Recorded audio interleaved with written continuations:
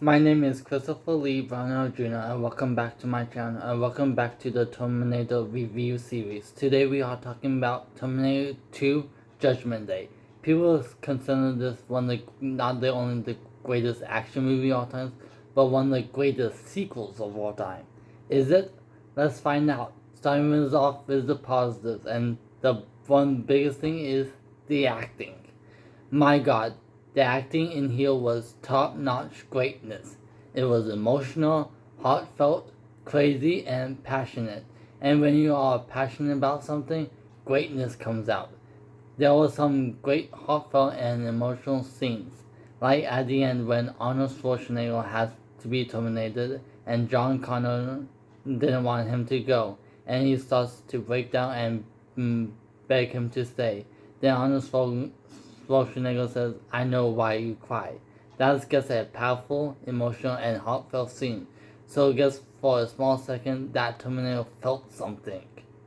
I don't know about you, but when that scene happened, I felt it and believe John Connor's reaction, because the arc between Arnold Schwarzenegger's Terminator and John Connor throughout the film, and and I do like the line, "I know why you cry." It is a very powerful line. I take it as he knows why us humans cry, because towards the end he felt some type of sadness because he was starting to connect with John and Sarah Connor, and you could believe that because of the great chemistry arc that we saw, especially in this film and the first film. Well, he was the villain after kill Sarah Connor, so John Connor can't be born, and in this film he had to protect John Connor, and we could see the great dynamic between Arnold Schwarzenegger and John Connor. Even so, even Sarah Connor sees that. So when that scene happens, it's emotional and heartfelt and it's earned. Now Sarah Connor. Even though I feel like for me she is not the star of the franchise, and I explained it in my first Terminator review, I think she is the most badass character actor out there. She is even more badass than the first film.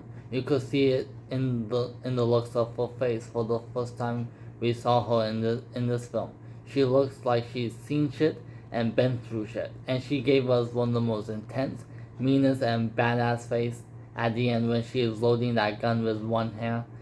And you you know she is done with the shit. She definitely means business. Even the additional characters we had in this film, they did great, especially Miles Dyson, Therese Dyson, and Danny Dyson. They did an out of this world job. I have to say, this might be the greatest set of performances in the whole entire franchise. While we're still on the acting subject, I do like the Terminator villain we got in this film. Yeah, I still might prefer Arnold Schwarzenegger's Terminator, but I get why people prefer Terminator's 2 Terminator than the original Terminator, because of all the special advancements Terminator's 2 Terminator have. And I also think that the Terminator's 2 Terminator looks like an average day person. For me personally, I love the robotic Terminator, like Arnold Schwarzenegger did in the first film. When he played it, he talked and moved around like a robot. But nonetheless, this Terminator, played by Robert Patrick, did a fantastic job. Before I go into my next positive, Edward, the guy who played John Connor in this film, probably the best child actor that I have ever seen. Now let's move on to my second positive, and that is the comedy aspect.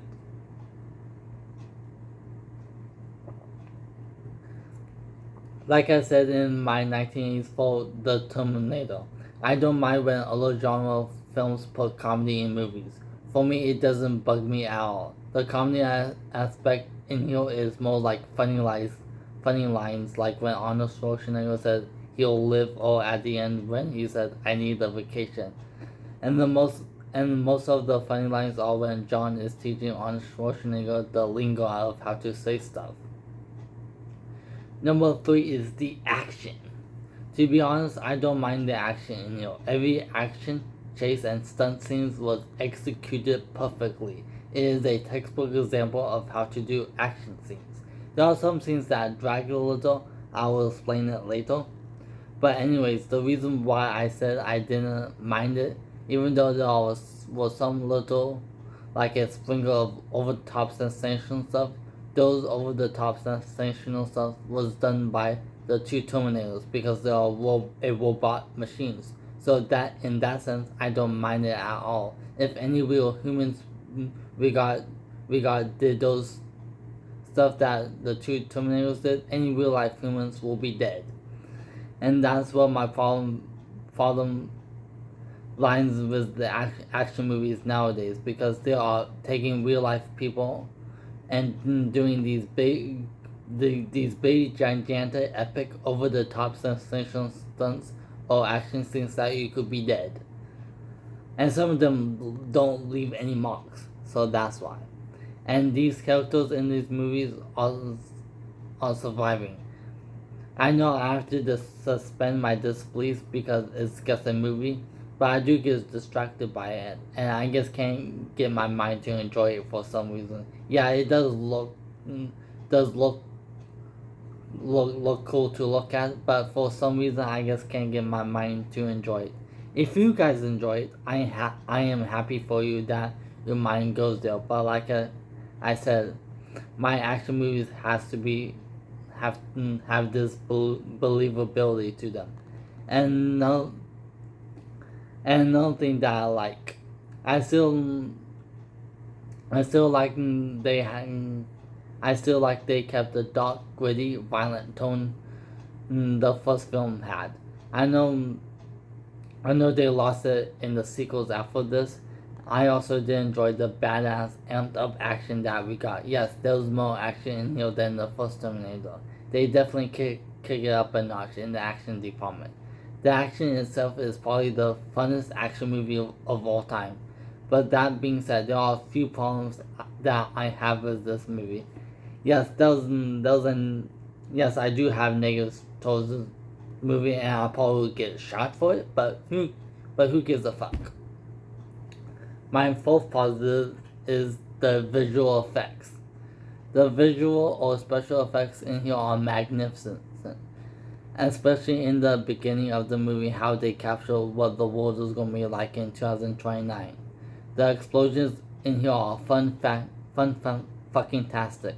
Stanley Winston is an amazing special effects artist. From the look, the visual, the special advancements of the T-1000 to the fiery flames to the wall itself, all of them look fucking real to me. And to me, it didn't age one bit.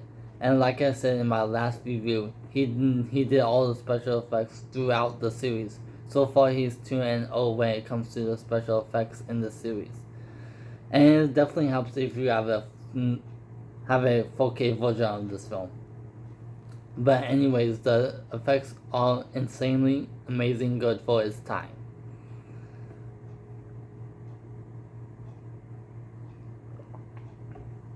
Number 5, the cinematography. Like the visual effects, the cinematography is insanely amazing good.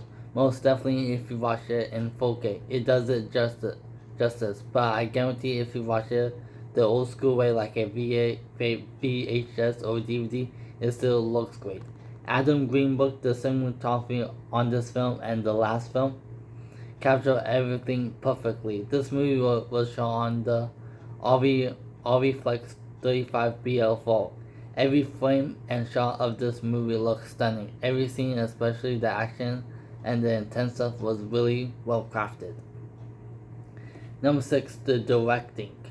I said this in my last review, and I will say this again. James Cameron is a very brilliant director. He knows how to evolve and invent the movie reel. I have only seen 2 of his films fully. This film, Terminator 2 Judgment Day, and the first Terminator.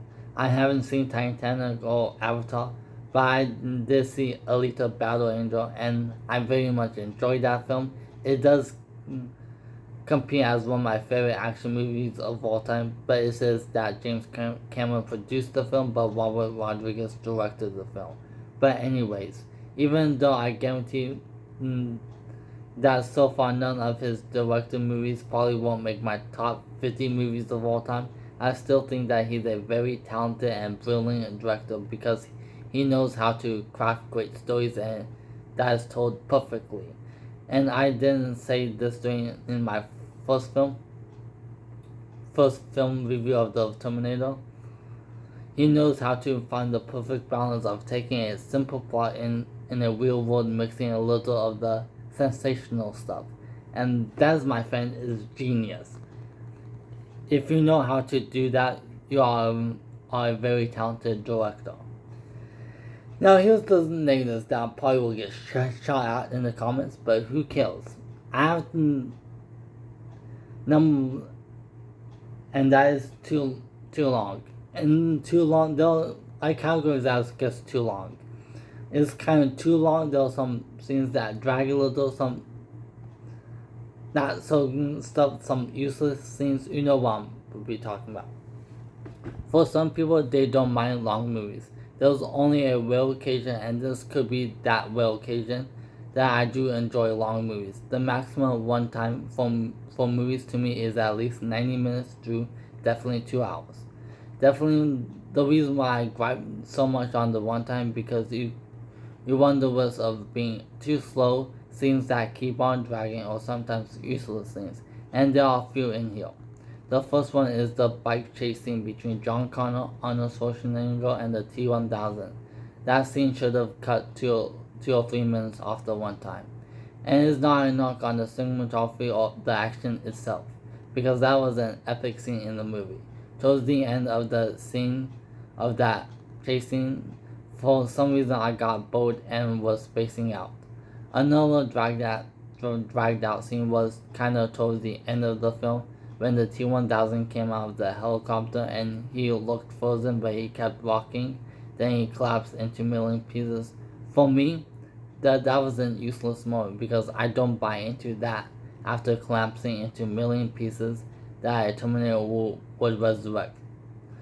The reason why I don't buy it, because that means this Terminator is indestructible, means you cannot even kill this Terminator.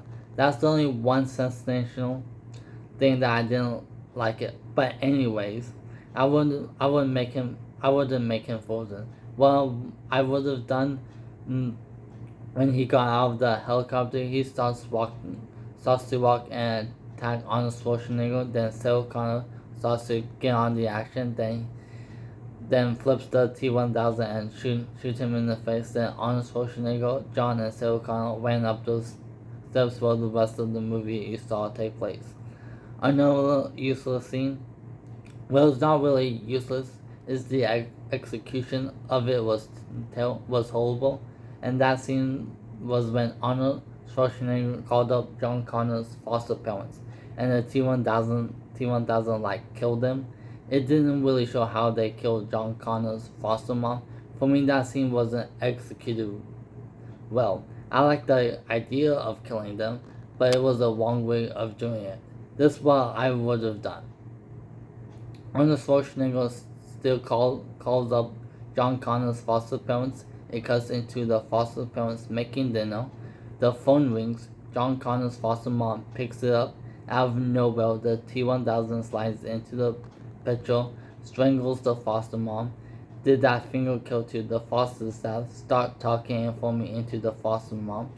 Boom! What was that idea in the idea flow room? The version that we got was weird, messy, and off-putting. In my opinion, that's just my opinion. The next thing you could take it or leave. For me, I think this big whole scene was just filler, and that is the whole sequence of Sarah, John, and the Terminator was staying at some type of Sarah's relative place. The only reason why that whole big scene was just so that Sarah Connor could have that dream sequence of Judgment Day and no fate. You could still have that dream sequence, This is what I would have done. I would have done when they were taking out Arnold Schwarzenegger's bullets out. He could explain Judgment Day and all that, and he could tell her about Miles Dyson and his plan. Cut to black, we see Arnold Schwarzenegger and John asleep. Then we see Sarah still has her eyes open. Then she starts closing her eyes, slowly closing her eyes. Then we see that dream sequence. Sarah opens her eyes. Then we see her riding a motorcycle on the streets to Miles Dyson. I think that whole big scene leading up to that dream scene was guess filler. That's guess me. For some people, it was necessary. For me, I just find it because it filler. Because nothing really happens. The only reason why that scene was there to have that dream sequence about Judgment Day and all that stuff. And before I go, okay, what is up? This is kind of a negative, but this has to be said. I can't believe no one is talking about this when I see any Terminator 2 reviews. What is up when that nurse or doctor licking Sarah Connor's face in that movie? That was just weird and fucking random. I don't know why that part made it into the movie, because I wouldn't put that on. Because that's a random scene, like a nurse licking Sarah Connor. Like, what the fuck? Why you do that? That is fucking weird. See. But that gets me. I don't know why that made it into the movie, but it did. And I can't believe no one is talking about it. I said, what the fuck? But anyways, what are you guys' thoughts on the Terminator 2 Judgment Day? Do you consider it one of the greatest action movies of all time and consider it one of the greatest sequels of all time? What's your thoughts about this movie? Put it down in the comments below. So thanks for watching. Also, I will put my social media links into the description. I will put my Facebook movie group, and that's called Movie Fandom Kingdom, and I will put my Snapchat in the description. So remember to subscribe, hit that notification bell button, hit the thumbs up, like this video, share it, spread the word about my channel, and thanks for watching. Remember, I'll be back.